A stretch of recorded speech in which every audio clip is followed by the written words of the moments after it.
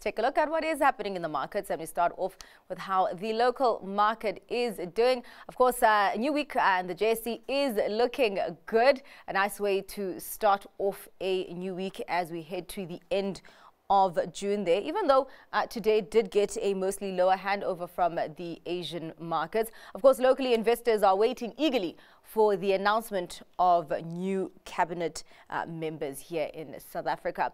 The all share edging higher there by more than 0.6%. The Resources 10 complex carrying the bulk of those gains, advancing more than 2.5%. Industrial 25 there, climbing by more than 0.8%. But backing that trend is the Financial 15, pulling back there by almost 0.7%.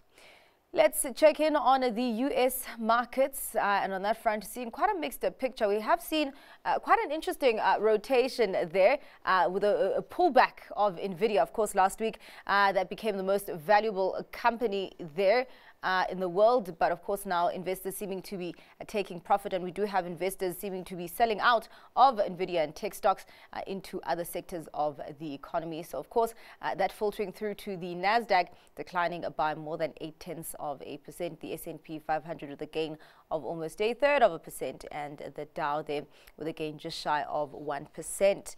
Let's take a look at what is happening across the Atlantic, and we are seeing an extension of gains on that front. The FTSE 100 with a gain of 0.7%, the CAC 40 climbing more than 1%, and the DAX edging higher by almost 1%.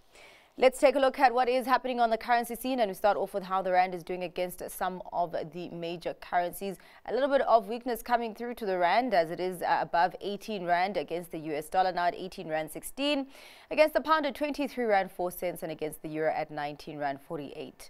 Let's check in on how the other currency pairs are doing, with the euro dollar at 1.07, pound dollar at 1.26, and the yen just below 160 against the US dollar.